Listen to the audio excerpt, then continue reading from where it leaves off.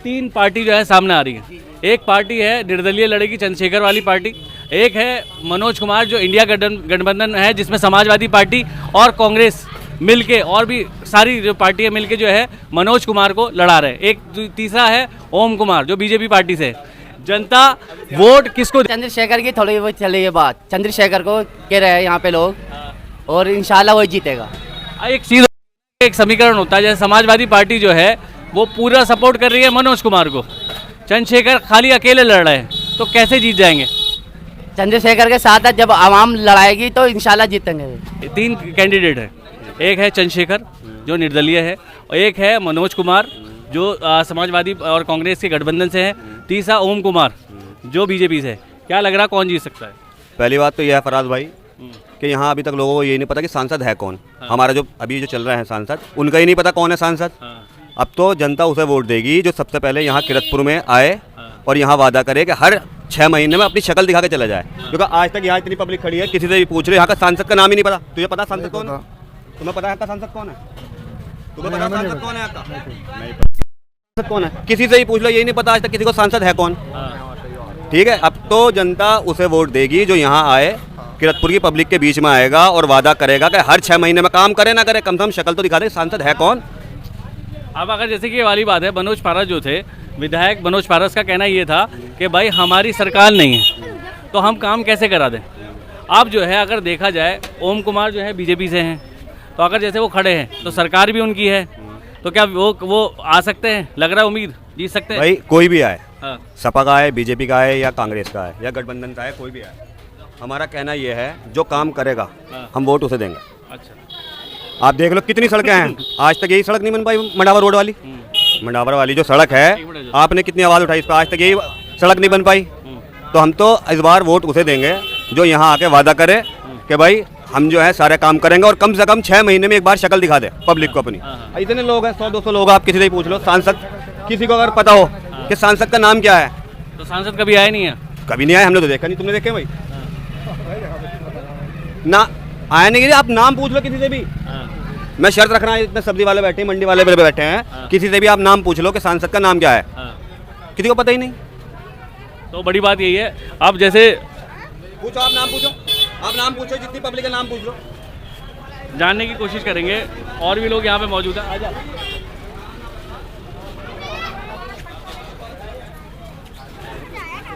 जिस तरह से लोकसभा चुनाव करीब आ गए, तो क्या लग रहा है? एक 3 कैंडिडेट अभी मेन है, मनोज कुमार जो पूर्व जज थे, और आपका ओम कुमार, और तीसरे वो चंद्रशेखर। कौन लग रहा है कौन जीत सकता है? जनता की अपनी अपनी राय है। मैं तो खैर चंद्रशेखर साहब को वोट करूंगा। अगर चंद्रशेखर की बात करें तो चंद्रशेखर अब निर्दलीय लड़ रहे हैं, सहारनपुर के रहने वाले हैं, लोकल नहीं है, तो ऐसे में क्या लग रहा है? फराज भाई, इससे पहले भी तो सारे बाहर के ही हैं। हमारे गिरीशन जी हैं, वो भी बाहर के हैं। उससे पहले हमारे विधायक रहे हैं, वो भी बाहर के हैं। तो यहाँ लोकल का तो हमारा सांसद होता ही नहीं है ना। मामला ये है ना कि वोट भी तो बढ़ रहा है। अगर हम बात करें और उसकी, जैसे चंद्रशेखर अकेले लड़ रहे हैं, निर्दलीय लड़ रहे हैं। अगर देखा जाए तो जो समाजवादी पार्टी के सपोर्टर हैं वो तो कहीं नहीं जा रहे, वो तो पार्टी छोड़ेंगे नहीं।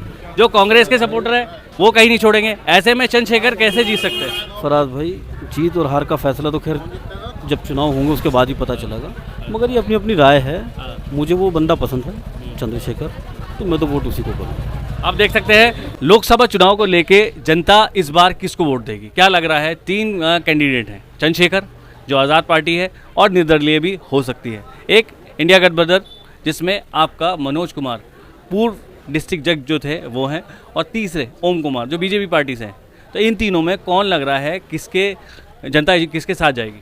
भाई हमारे पुराने सांसद हैं गिरीश चंद जी, वो कभी यहाँ आते नहीं, तो लोगों को उस आदमी को चुनना चाहिए जिससे हम मिल सके, कांटेक्ट कर सकते हैं। तो ओम कुमार जी मेरे लिए बेहतर है हमारे हिसाब से, क्योंकि हमारा नेटवर्क दूर भी नहीं है भाई, नेटवर्क से 3 बार विधायक है और अपने क्षेत्र के हैं। कोई समस्या जनता की होगी तो आप जाके मिल सकते हैं, तो ओम कुमार जी बेस्ट है मेरे हिसाब से। और जो कैंडिडेट हैं उनके बारे में क्या है कहना है?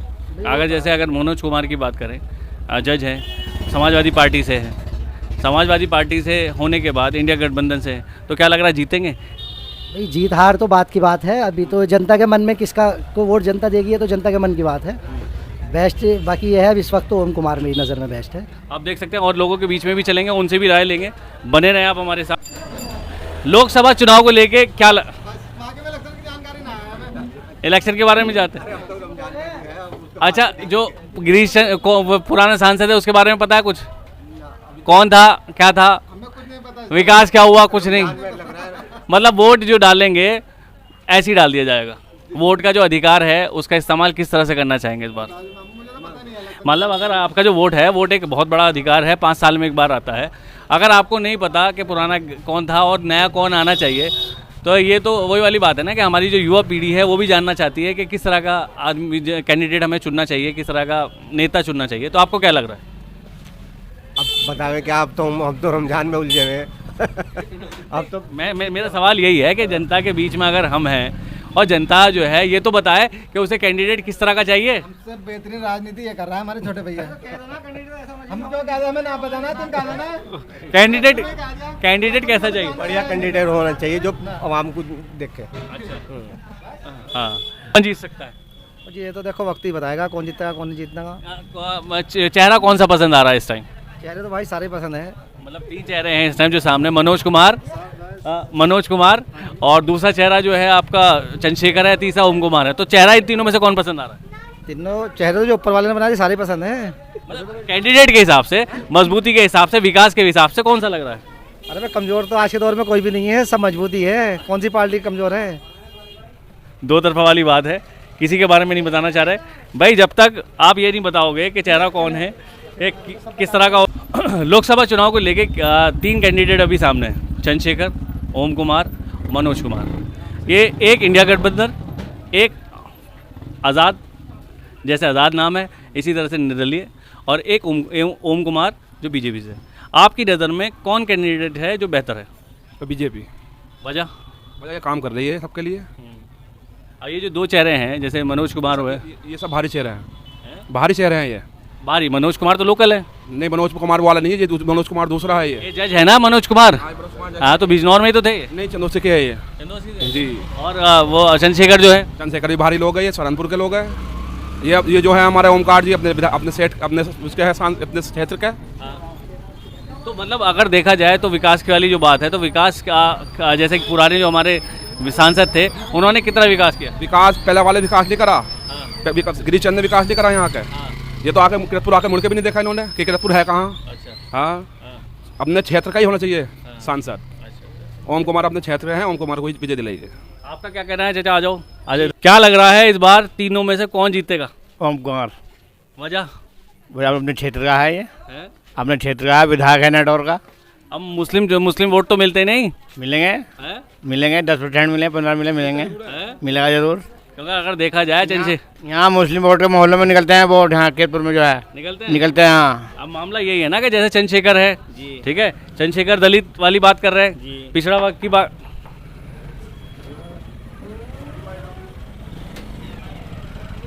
चंद्रशेखर जो है दलित की बात कर रहे हैं, पिछड़ा वर्ग की बात कर रहे हैं। मिलेगा तो सबको मिलेगा, जो है ओमकार को भी मिलेगा दलित वोट, चंद्रशेखर को मिलेगा, मायावती को भी मिलेगा। मगर जीतेगा कौन? ओम कुमार पक्का। मगर उसमें भी जैसे जो इंडिया गठबंधन से जो सरकार वाली बात आ रही है, जिसमें जो है ना कांग्रेस और समाजवादी पार्टी जो है वो उन्होंने मनोज कुमार को लेकर आए जो डिस्ट्रिक्ट जज है। तो उन्हें क्या वोट नहीं मिलेंगे? अच्छे मिलेंगे। मिलेंगे कैसे मिलेंगे वोट? उन्हें मिलेंगे। मगर जीतेंगे नहीं। अच्छा, जीतेगा ओम कुमार जी। अच्छा, गठबंधन में सीट थी जो चली गई गिरिचंद को, बीजेपी जीती जब भी। अच्छा, हाँ, आपका गठबंधन नहीं है इनका, महागठबंधन नहीं है आपका इनका। हाँ, अब देखिए, अब जनता अपनी राय रख रही है। इंडिया गठबंधन जैसे लोकसभा चुनाव को लेकर नगीना सीट से जो है ना 3 कैंडिडेट सामने, चंद्रशेखर आज़ाद, मनोज कुमार, ओम कुमार। चंद्रशेखर आज़ाद जो है आज़ाद पार्टी से है और हो सकता है निर्दलीय लड़े। वहीं मनोज कुमार जो है वो समाजवादी और कांग्रेस के गठबंधन से आ रहे हैं। वहीं ओम कुमार बीजेपी से। तो कौन लग रहा है इस बार चेहरा तो जीत सकता है? भैया हमारा तो जीतेगा ओम कुमार। हाँ, क्लियर ओम कुमार। चंद्रशेखर भारे का है, मनोज कुमार भारे का है, ओम कुमार अपना नेटवर्क का है। अच्छा, अपने एरिया का है। मगर जैसे इंडिया गठबंधन की बात आ रही है, कोई नहीं, पप्पू कोई नहीं जीतेगा, पप्पू कोई नहीं जीतेगा ना। आप देख सकते हैं जनता की राय ली जा रही है। 3 कैंडिडेट सामने हैं, चंद्रशेखर, ओम कुमार और मनोज कुमार। क्या लग रहा है कौन जीतेगा? ओम कुमार। वजह उसकी वजह क्या, भाजपा की सीट है। देखा जाए तो इंडिया गठबंधन जो है मेहनत कर रही है लगातार। मेहनत कर लो, भाजपा के सामने नहीं टिकने की। नहीं, और चंद्रशेखर जो है लगातार जो मेहनत कर रहे हैं। करो जाओ, कोई फायदा नहीं। देख सकते हैं आप, सबकी अपनी अलग अलग राय है। अभी 3 चेहरे जो है नगीना सीट से नजर आ रहे हैं, मनोज कुमार, और दूसरा जो है चंद्रशेखर, और तीसरा आपका ओम कुमार जी। तो इन तीनों में कौन सा चेहरा ऐसा बेहतर है जो जीत सकता है? हमें तो ओम कुमार जी की क्या लगती है, उन्होंने नेटवर्क में भी अच्छा काम करा है, तो काम को देखते हुए वो लगता है कि वो शायद यहाँ से सीट निकल सकती है। अच्छा, इंडिया गठबंधन जो लगातार मेहनत कर रही है, जैसे समाजवादी पार्टी है, कांग्रेस है, वो सब मिलके जो है लगातार मेहनत कर रहे हैं। समाजवादी के भी वोटर हैं, कांग्रेस के भी वोटर हैं। तो ऐसे में क्या लग रहा है, एक तरफ ओम कुमार हैं अकेले, एक तरफ आपका समाजवादी और इंडियन गठबंधन है और चंद्रशेखर है, तो निकल सकते हैं? नहीं, ओम कुमार जी का जिस तरीके से काम वगैरह नेटवर्क में करा है तो वो निकल सकते हैं, और दोनों की टक्कर बराबर ही है। या तो मनोज पारसर जी निकल सकती हैं, वो निकल सकते हैं, उन्होंने पहले काम करा हुआ है। लेकिन मनोज जो ओम कुमार जी के काम वगैरह हैं उनके देखते हुए, तो उनको लगता है कि मनोज कुमार तो जज है, जो अभी जो क्लियर हुआ है, तो समाजवादी इंडियन गठबंधन से जो है मनोज कुमार जो बिजनौर के जज थे, एडिशनल जज, वो है, तो वो तो नया चेहरा है। तो ऐसे में क्या लग रहा है? देखो, नए चेहरे की तो बहुत मुश्किल है। आपने पूछा कि ऐसा उनका है, लेकिन जो इंसान काम देखते हुए वोट देता है, अब जो जाना पहचाना नाम है पहले तो उसे देंगे ना वोट। अब देख सकते हैं हर किसी की अपनी अपनी राय है। चलते हैं आगे भी। और रुझान कुछ कह नहीं सकते, ऊँट किस करवट बैठेगा, क्योंकि अभी ऊपर बड़ा बवाल मचा हुआ है। जैसे ये अपना जो पार्टी को फंड मिल रहा है, उसके पीछे वोटर बहुत सोच समझ के अपना कदम उठाएगा। और जैसे हमारे यहाँ तो कोई सोचता है नहीं कि किरतपुर क्या ज़रूरत है, जैसे यहाँ पे डबल लाइन होनी चाहिए और अपना किरतपुर का एक डिपो होना चाहिए, लेकिन उस बारे में कोई विचार नहीं करता। हम तो उसे ही प्रेफरेंस देंगे जो हमारे कम से कम जनता का ध्यान रखे और पब्लिक का ध्यान रखते हुए कुछ कदम उठाएं। अब देख सकते हैं सब बात यह है कि विकास करे और किरतपुर का भला करे, इनका कहना ये है। और आगे भी चलते हैं, आगे भी लोगों की राय लेते हैं। लोकसभा चुनाव को लेके अब 3 कैंडिडेट सामने हैं, चंद्रशेखर, ओम कुमार और मनोज कुमार। इन तीनों में कौन सा एक चेहरा ऐसा है जो बेहतर लग रहा है?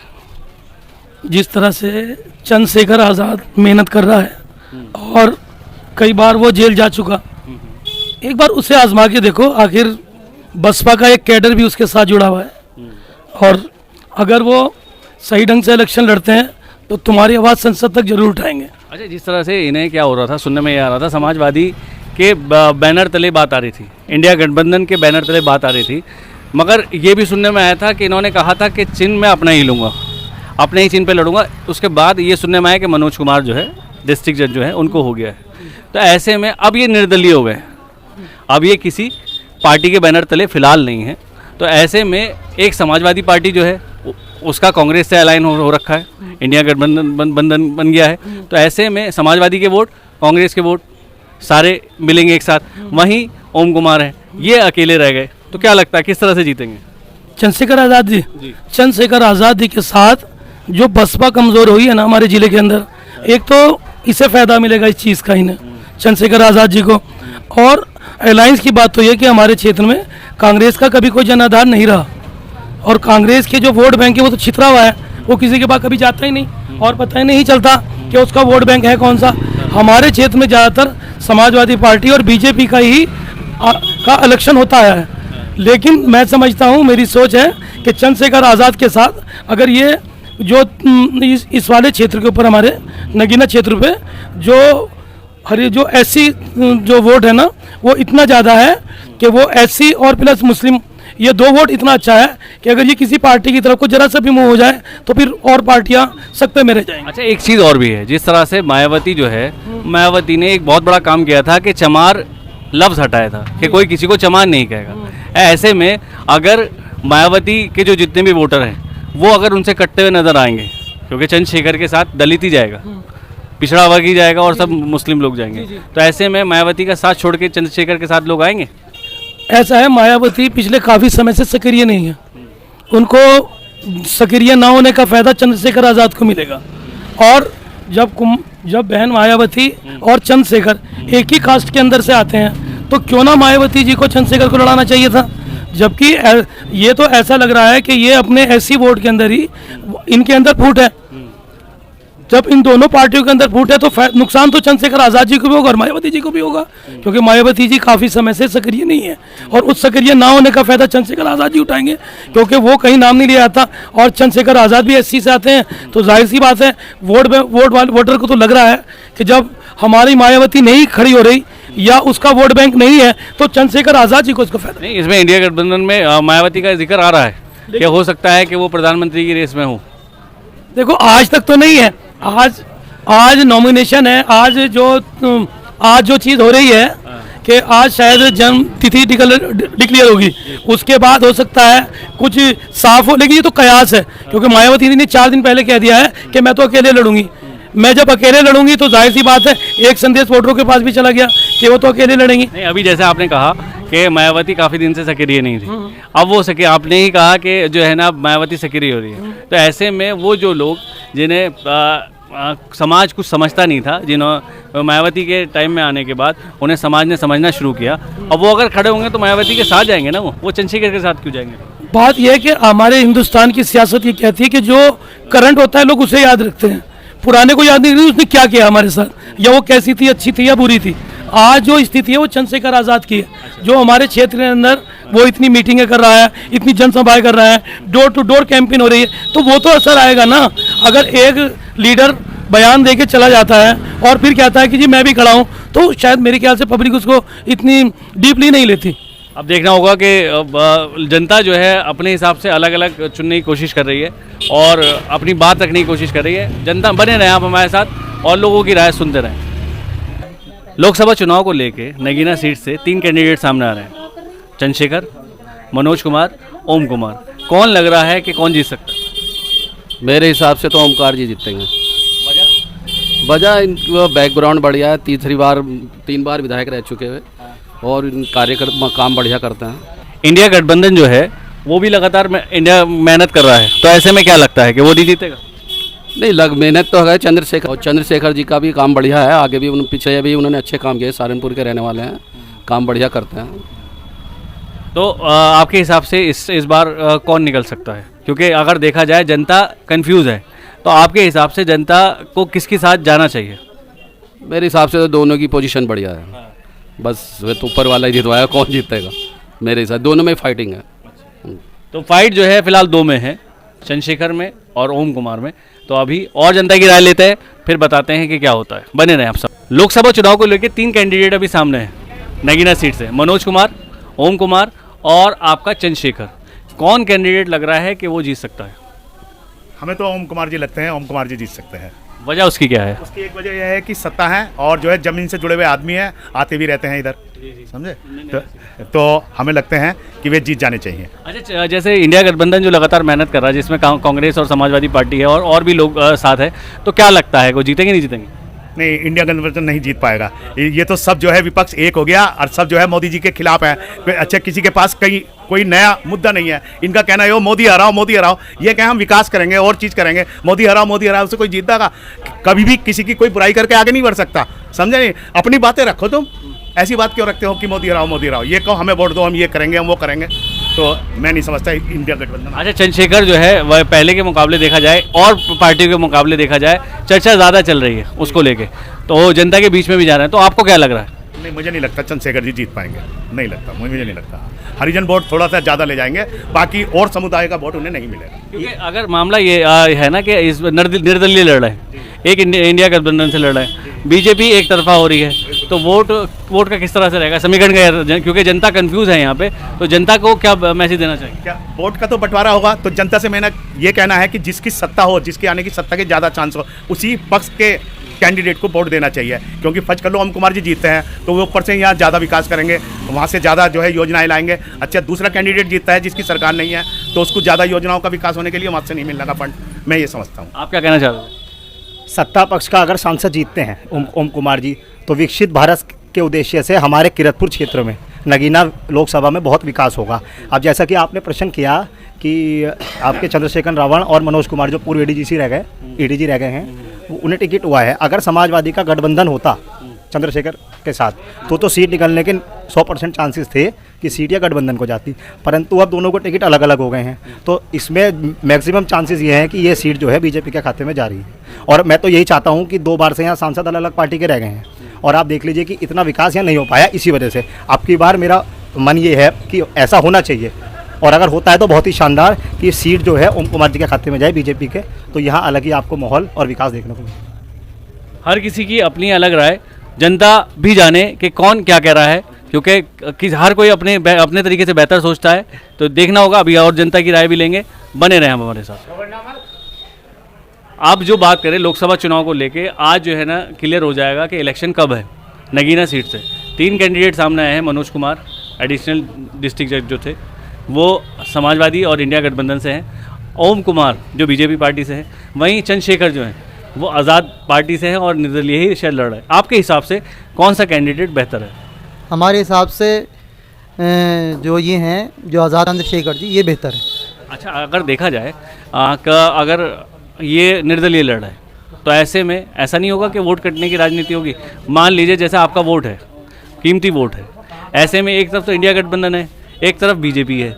बीजेपी के वोट जो पक्के हैं वो डलते हैं हमेशा, इसी तरह से इंडिया गठबंधन में कांग्रेस के और समाजवादी के डलते हैं। ऐसे में जो नया वोटर आया है, ये जो इनके सपोर्ट में आया है, तो वो क्या लग रहा है कि किस तरह से वो जीत सकते हैं?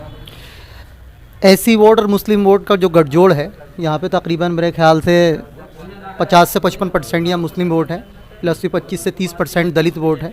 इसका गठजोड़ लेके जो है ये जीत जाएंगे जो आज़ाद उम्मीदवार हैं, क्योंकि वो भी एससी साथ हैं। अच्छा, ये वाली बात आई थी कि जिस तरह से जैसे हमारे विधायक हैं, विधायक से अगर कोई काम के लिए पूछो तो उनका कहना ये होता है कि मैं सत्ता पक्ष में नहीं हूँ तो मैं विकास नहीं करा पाऊँगा। अगर चंद्रशेखर जीत भी जाते हैं तो वो क्या ये भी वही लाइन वो दोहराएंगे कि मैं सरकार में नहीं हूँ तो मैं कार्य नहीं करा पा रहा? ये तो देखो जीतने के बाद ही पता चलेगा। भाई बात विधायक जी की है, हमारा तो देखो कोई काम पड़ा नहीं कभी विधायक जी से ना। भैया हमारा इस तरह का कोई काम है, हम तो व्यापारी हैं, अपना व्यापार से ही ताल्लुक़ रखते हैं। और वैसे चंद्रशेखर बेहतर कैंडिडेट है। अच्छा, जैसे ज़मीनी स्तर से जुड़े हुए हैं तो इसलिए बेहतर है। बेहतर है भाई, यंग है। मायावती वाला अभी तो कोई है भी नहीं है यंग, और कोई है भी नहीं है, और जितने भी हैं सारे खेले खिलाए में हैं। अभी ये खेल खिलाए में नहीं है, तो अच्छा ही करेंगे, बेहतर करेंगे। इसमें एक लाइन और है कि ये बाहर के हैं, लोगों ने कहा कि ये बाहर के हैं, समाजवादी सॉरी ये सहारनपुर साइड के हैं, तो ऐसे में बाहर वाला जिक्र भी आ रहा है, तो फिर कैसे होगा? गिरीश चंद जी भी बाहर के थे, मलूक नगर जी भी बाहर के थे। यहाँ पे अपना कैंडिडेट है कौन? भाई नगीने से ले आओ, नजीबाबाद से ले आओ, बिजनौर से ले आओ, अपना ले आओ। अपना कैंडिडेट किसको मिलता है? ना गठबंधन के पास है, ना ही बीजेपी के पास है। भाई किसी के पास है ही नहीं, सारे बाहरी कैंडिडेट हैं। तो आपको लग रहा है कि चंद्रशेखर जीत सकते हैं? तो देख सकते हैं कि चंद्रशेखर जो है के बारे में भी लोग लगातार चर्चा कर रहे हैं कि वो जीत सकते हैं। और अभी आगे चलेंगे, आगे लोगों की राय लेंगे। तीनों कैंडिडेट में से कौन कैंडिडेट लग रहा है जीत सकता है? कौन कौन कैंडिडेट? चंद्रशेखर लोकसभा सीट से, अगर नगीना लोकसभा सीट की बात करें तो चंद्रशेखर जो है आज़ाद पार्टी से, निर्दलीय है। ओम कुमार बीजेपी पार्टी से, और मनोज कुमार जो एडिशनल डिस्ट्रिक्ट जज है पूर्व, वो गठबंधन से, इंडिया गठबंधन से। तो कौन लग रहा है कि कौन जीत सकता है? जी गठबंधन को सपोर्ट करेंगे हम तो, जो भी है डिस्ट्रिक्ट जज जो है उसी को सपोर्ट करेंगे हम तो, गठबंधन से जो भी आएगा। अच्छा। हाँ, उसको सपोर्ट करेंगे। रही समाजवादी की, हमारे क्षेत्रफल में बहुत काम करा है समाजवादी ने। अच्छा। जी हाँ। तो ऐसे में जैसे और जो पार्टियां हैं, लग रहा है कि गठबंधन जीत सकती है? 100% गठबंधन जीतेगी। अब आप देख सकते हैं कि हर किसी का रुझान अलग अलग है और हर किसी का कहना अलग अलग है। तो बने रहे हमारे साथ, चलते हैं आगे भी।